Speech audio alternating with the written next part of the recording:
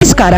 RCB ಗೆದ್ದ ಬಳಿಕ ಹೊಡೆಯಿತು bumper lottery, ಬದಲಾಯಿತು ಅಂಕಪಟ್ಟಿ. ಟೇಬಲ್ ಟಾಪರ್ಸ್ ಆದ ಆರ್ಸಿಬಿ. ಹೇಗಿದೆ ನೋಡಿ ಹೊಸ ಪಾಯಿಂಟ್ಸ್ ಟೇಬಲ್. ಹಾಗಾದ್ರೆ ಸುದ್ದಿಯ ಕಂಪ್ಲೀಟ್ ಮಾಹಿತಿ ಏನು ಅನ್ನುವುದನ್ನ ಈ ವಿಡಿಯೋದಲ್ಲಿ ತಿಳಿಸ್ಕೊಡ್ತಾ ಹೋಗ್ತೀನಿ. ಆದ್ದರಿಂದ ವಿಡಿಯೋವನ್ನ ಕೊನೆವರೆಗೂ ನೋಡಿ.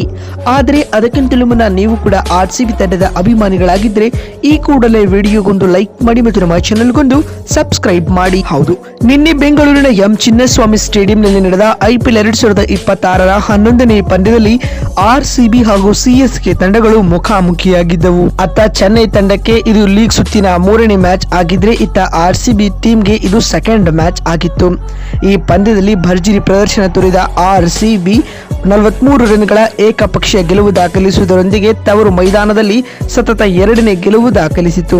ಅತ್ತ ಈ ಪಂದ್ಯದಲ್ಲಿಯೂ ಸೋಲು ಕಾಣುವ ಮೂಲಕ ಯೆಲ್ಲೋ ಆರ್ಮಿ ತಂಡಕ್ಕೆ ಹ್ಯಾಟ್ರಿಕ್ ಸೋಲಿನ ಮುಖಭಂಗ ಎದುರಾಗಿದೆ. ಈ ಪಂದ್ಯ ಗೆದ್ದುಕೊಳ್ಳುವುದರ ಜೊತೆಗೆ ಆರ್ಸಿಬಿ 2 ಇಂಪಾರ್ಟೆಂಟ್ ಪಾಯಿಂಟ್ಸ್ ಗಳನ್ನ ಪಡೆದುಕೊಂಡು ಈ ಹಂತದಲ್ಲಿ ಟೇಬಲ್ ಟಾಪರ್ಸ್ ಆಗಿದ್ದರೆ, ಅತ್ತ ಈ ಪಂದ್ಯ ಸೋಲುವುದರ ಜೊತೆಗೆ ಅಂಕಪಟ್ಟಿಯಲ್ಲಿ ಚೆನ್ನೈ ತಂಡ ಪಾತಾಳಕ್ಕೆ ಕುಸಿದಿದೆ. ಇದಕ್ಕೂ ಮುನ್ನ ಈ ಒಂದು ಮ್ಯಾಚ್ನಲ್ಲಿ ಟಾಸ್ ಸೋತು ಮೊದಲು ಬ್ಯಾಟಿಂಗ್ ಮಾಡಿದ ಆರ್ಸಿಬಿ ಭರ್ಜರಿ ಪ್ರದರ್ಶನ ನೀಡಿ 20 ಓವರ್ಗಳಲ್ಲಿ 3 ವಿಕೆಟ್ ನಷ್ಟಕ್ಕೆ 250 ರನ್ ಪೇರಿಸಿತ್ತು.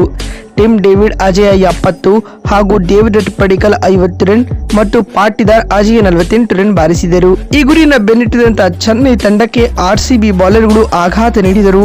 ಪರಿಣಾಮವಾಗಿ 19.4 ಓವರ್ಗಳಲ್ಲಿ ಸಿಎಸ್ಕೆ 207 ರನ್ಗಳಿಗೆ ಆಲ್ಔಟ್ ಆಗಿತ್ತು. ಸರ್ಫರಾಜ್ ಖಾನ್ ಅರ್ಧಶತಕ ಬಾರಿಸಿದ್ರು ಬಿಟ್ರೆ ಉಳಿದವರಿಂದ ಹೇಳಿಕೊಳ್ಳುವಂತ ಪ್ರದರ್ಶನ ಮೂಡಿ ಬಂದಿಲ್ಲ. ಇತ್ತ ಭುವನೇಶ್ವರ್ ಕುಮಾರ್ 3, ಅಭಿನಂದನ್ ಸಿಂಗ್, ಕೃಣಾಲ್ ಪಾಂಡ್ಯ, ಜೇಕಬ್ ಡೆಫಿ ತಲಾ 2 ವಿಕೆಟ್ ಪಡೆದುಕೊಂಡರು. ಇದರೊಂದಿಗೆ ಆರ್ಸಿಬಿ ಈ ಬಿಗ್ ಮ್ಯಾಚ್ ನಲ್ಲಿ 43 ರನ್ಗಳ ಬಿಗ್ ವಿಕ್ಟರಿ ಪಡೆದುಕೊಂಡಿದೆ.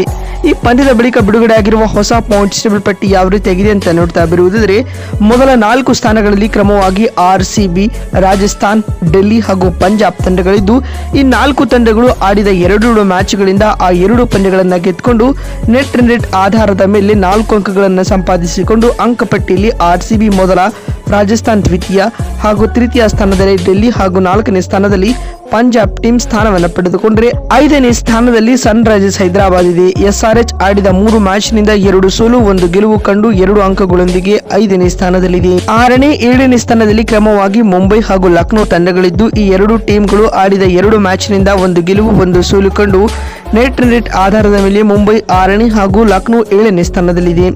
ಇನ್ನು 8ನೇ ಮತ್ತು 9ನೇ ಸ್ಥಾನದಲ್ಲಿ ಕ್ರಮವಾಗಿ ಗುಜರಾತ್ ಹಾಗೂ ಕಲ್ಕತ್ತಾ ತಂಡಗಳಿದ್ದು, ಈ 2 ಟೀಮ್ಗಳು ಆಡಿದ 2 ಮ್ಯಾಚ್ನಿಂದ ಆ 2 ಪಂದ್ಯವನ್ನು ಕೂಡ ಸೋಲುವ ಮೂಲಕ ಅಂಕಪಟ್ಟಿಯಲ್ಲಿ ಯಾವುದೇ ಪಾಯಿಂಟ್ಸ್ ಗಳನ್ನ ಕಲೆ ಹಾಕಲಾಗದೆ 8ನೇ ಮತ್ತು 9ನೇ ಸ್ಥಾನದಲ್ಲಿದ್ದರೆ, 10ನೇ ಮತ್ತು ಕೊನೆಯ ಸ್ಥಾನದಲ್ಲಿ ಚೆನ್ನೈ ಸೂಪರ್ ಕಿಂಗ್ಸ್ ತಂಡವಿದ್ದು, ಸಿಎಸ್ಕೆ ಆಡಿದ 3 ಮ್ಯಾಚ್ಗಳಿಂದ 3 ಸೋತು ಪಾಯಿಂಟ್ಸ್ ಗಳ ಖಾತೆ ತೆರೆಯಲಾಗದೆ ಅಂಕಪಟ್ಟಿಯಲ್ಲಿ ಬಾಟಮ್ ಆಫ್ ಟೇಬಲ್ ಅಂದ್ರೆ 10ನೇ ಹಾಗೂ ಕೊನೆಯ ಸ್ಥಾನವನ್ನು ಪಡೆದುಕೊಂಡಿದೆ.